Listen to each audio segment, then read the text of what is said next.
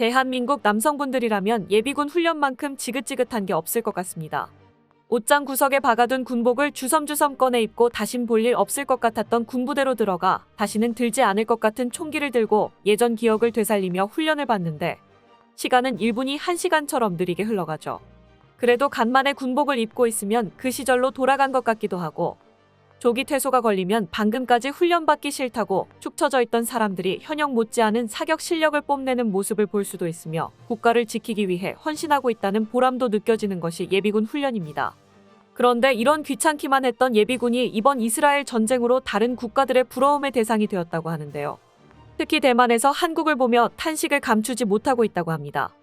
과연 무슨 일이 있었길래 한국 예비군의 전투력이 주목받고 있는 것인지 자세한 소식 알아보도록 하겠습니다.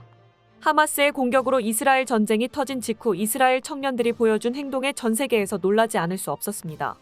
지난 10월 7일 하마스의 기습 공격으로 수많은 이스라엘인들이 사망하고 납치당한 가운데 이스라엘군은 예비군 30여만 명의 동원령을 선포했습니다.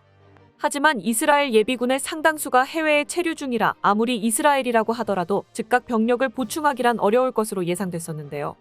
이스라엘 역시 우리나라와 마찬가지로 의무복무제를 시행하고 있으며 의무 복무 기간을 마친 이들은 통과 의례처럼 장기간 해외여행을 떠나는 경우가 많기 때문이죠.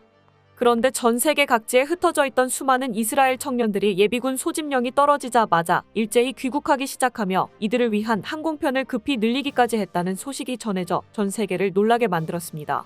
안전한 해외에 머무르는 대신 하마스와 맞서 싸우기 위해 귀국을 선택한 이들은 가족과 국가를 지키기 위해 다시 총을 들 각오를 마쳤다고 전했는데요. 이렇게 모인 이스라엘 예비군들은 1982년 이후 처음으로 제252 예비군 사단을 완편해 전투에 투입되어 하마스를 상대로 맞서 싸우고 있습니다. 국가의 위기에서 망설이지 않고 총을 드는 이스라엘 청년들의 모습에서 지난 수십 년 동안 이스라엘이 중동 국가들을 상대로 승리를 거듭하며 나라를 지켜낼 수 있었던 저력을 엿볼 수 있었는데요.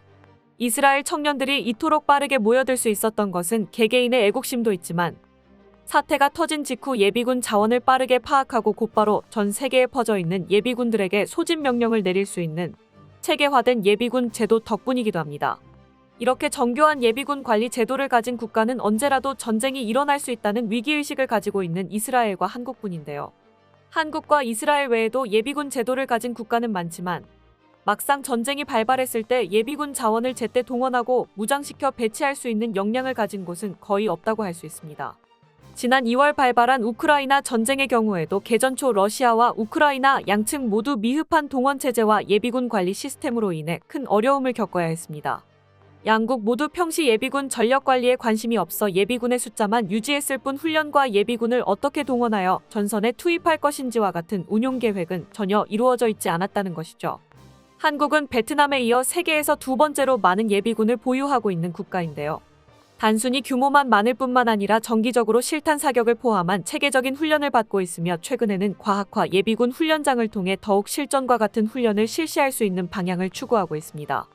한국 예비군들이 훈련받는 모습을 본 유엔군 장교가 예비군의 규모도 놀랍지만 이보다 더 놀라운 것은 예비군의 훈련 수준이다. 내가 보기에 한국 예비군은 어지간한 나라의 현역병들보다 훨씬 숙련된 병사들이다. 예전에 일본 자위대와 대만군의 훈련장에 갔던 적도 있지만 한국 예비군에 비하면 훈련 수준이 매우 떨어졌다며 한국 예비군의 전투력에 찬사를 보내기도 했었습니다. 그리고 현재 우크라이나와 이스라엘과 마찬가지로 전쟁이 임박한 대만에서 차원이 다른 이스라엘과 한국의 예비군을 보며 부러움을 감추지 못하고 있다고 합니다. 현재 우크라이나와 이스라엘의 뒤를 이어 대만에서 제3전선이 형성될 수 있다는 가능성이 제기되고 있습니다. 지난 10월 9일 대만의 대사관이라고 할 수 있는 주프랑스 타이베이 대표처의 우주중 대표가 프랑스의 시사 프로그램에 출연하여 하마스와 이스라엘 간 충돌이 격화될 경우 중국이 세계 질서 재편의 기회를 갖게 됐다고 믿게 될 가능성을 예의주시해야 한다고 발언했는데요. 미국이 동시에 감당해야 할 전장이 두 곳으로 늘어나며 중국 견제에 집중하지 못하면서 중국이 대만을 넘볼 수 있는 여지를 줄 수 있다는 우려를 내비친 것이죠. 2027년 중국의 타이완 침공설 및 중국의 무력 시위로 인해 최근 고조되고 있는 대만 해협에서의 긴장 상황과 맞물려 이번 이스라엘 하마스 전쟁을 계기로 대만의 제3전선의 형성이 앞당겨질 수 있다는 우려가 고개를 들고 있습니다. 대만이 이처럼 불안해하는 이유는 바로 세계의 경찰이라 불렸던 미국의 장악력이 약화되고 있는 상황 때문인데요.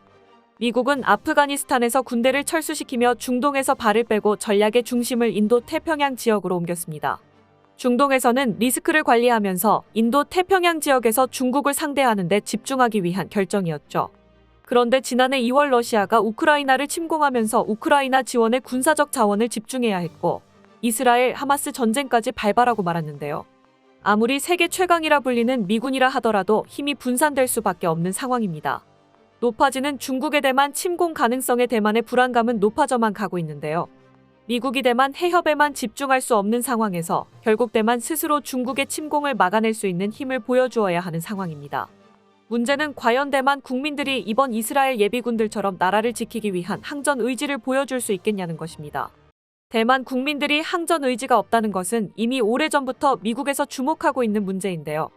미 육군참모총장 맥콘빌은 미국 의회 청문회에서 대만군과 관련하여 대만군의 군사적 역량과 기량은 우수하다고 말했지만 대만 국민의 항전 의지에 대해서는 확신을 표하지 못했습니다.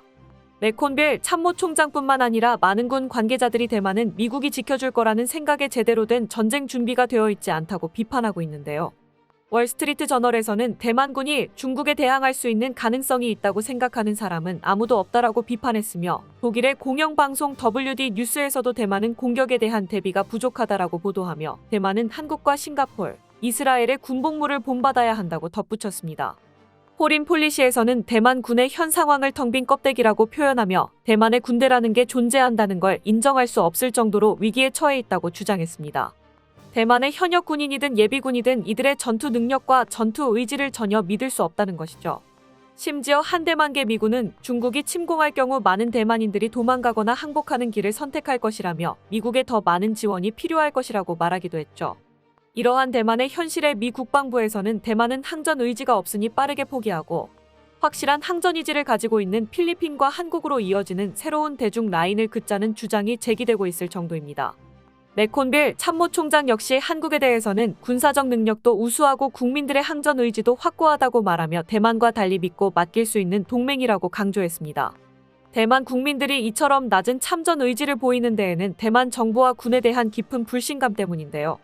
대만 내에서도 친중파와 독립파로 극명하게 나누어져 전쟁이 일어날 경우 우크라이나보다 더욱 극심한 내분이 발생할 것으로 예상되고 있습니다. 지난 10일 대만의 본토 방어를 강화하기 위해 가오슝에 하푼 미사일 기지를 건설하는 방안이 추진되고 있었으나 가오슝 시의원 리메이전이 미사일 기지가 들어오면 중국의 타겟이 되어 위험해질 수 있다는 이유로 반대하고 나섰는데요. 중국 함대를 막기 위해 대한미사일 하푼 기지가 대만 남부 해안을 따라 신설될 예정이었는데 시작부터 국내 정치인의 반대로 발목이 잡힌 상황입니다. 여담으로 리메이전 의원이 속한 대만 국민당은 대표적인 친중 정당이죠. 이러한 대만의 현실을 잘 알고 있는 대만 청년들은 미래가 없다고 판단하고 일찌감치 중국행을 선택하는 경우도 많은데요. 경제 분석 기관인 옥스퍼드 이코노믹스는 대만은 세계에서 인재 유출이 가장 심각한 나라가 될 것이라는 전망을 내놓은 바 있습니다. 지정학적인 불안과 경제 성장률의 둔화로 대만 젊은 층이 중국으로 취업하는 경우가 매년 늘어만 가고 있는데요. 이는 대만의 국가 경쟁력을 저하하고 안보 문제로 이어질 수 있다는 지적이 나오고 있으나 마땅한 대안은 없고 대만 젊은 층들 사이에서는 중국은 크고 대만은 중국에 대한 의존도가 높으니 언젠가는 합치게 될 것이라는 인식이 팽배하다고 합니다. 직장과 집까지 중국에 있는 대만 청년들이 중국과 전쟁이 일어난다고 해서 참전할 거라고는 생각하기 어렵죠. 또한 대만 역시 10만에 달하는 예비군을 보유하고 있으나 그 훈련 상태와 무장 체계가 엉망이라 그 누구도 전쟁이 날 경우 제대로 싸울 수 있을 거라 믿지 않고 있습니다. 대만 역시 징병제 국가로 알려져 있으나 현재 군 병력의 70%가 직업군인으로 충당되고 있는데요. 지난 2018년부로 1년이던 대만의 의무복무 기간이 고작 4개월로 줄어들면서 징병제가 사실상 폐지된 것으로 여겨지고 있습니다. 이 4개월 동안 기초군사, 특기 훈련 정도만 받고 이후 예비군 훈련을 통해 병력을 유지하겠다는 계획이었지만 기초 훈련만 거치고 복무하지 않는 군인들이 뛰어난 전투력을 발휘할 수 있을 거라고는 아무리 낙관적인 대만인이더라도 기대하지 못하는 부분이죠. 중국의 위협이 코앞에 다가온 이제서야 대만에서도 군 복무를 연장하고 예비군 제도를 강화해야 한다는 주장이 나오고 있지만 시간이 충분할지 의문인 상황입니다. 국가의 안보와 관련하여 대만만한 반면교사도 없을 것 같습니다. 90년대까지만 하더라도 중국보다 앞선 군사력을 가지고 있었던 대만이지만 자체적인 무기 개발 및 생산 능력을 키우지 못하며 2000년대부터 중국의 추월당해 이제는 압도적인 격차가 벌어지고 말았습니다. 또한 미국을 믿고 징병제까지 포기한 결과 이제는 스스로 지킬 힘을 잃고 다른 나라의 보호에 매달려야 하는 처참한 상황에 놓이게 되었죠. 대만의 현실을 교훈 삼아 대한민국이 더욱 굳건한 자주국방을 이루어낼 수 있기를 기원해봅니다. 끝까지 시청해주셔서 감사합니다. 도움이 되셨다면 좋아요를, 다른 이야기도 궁금하시면 구독을 눌러주세요.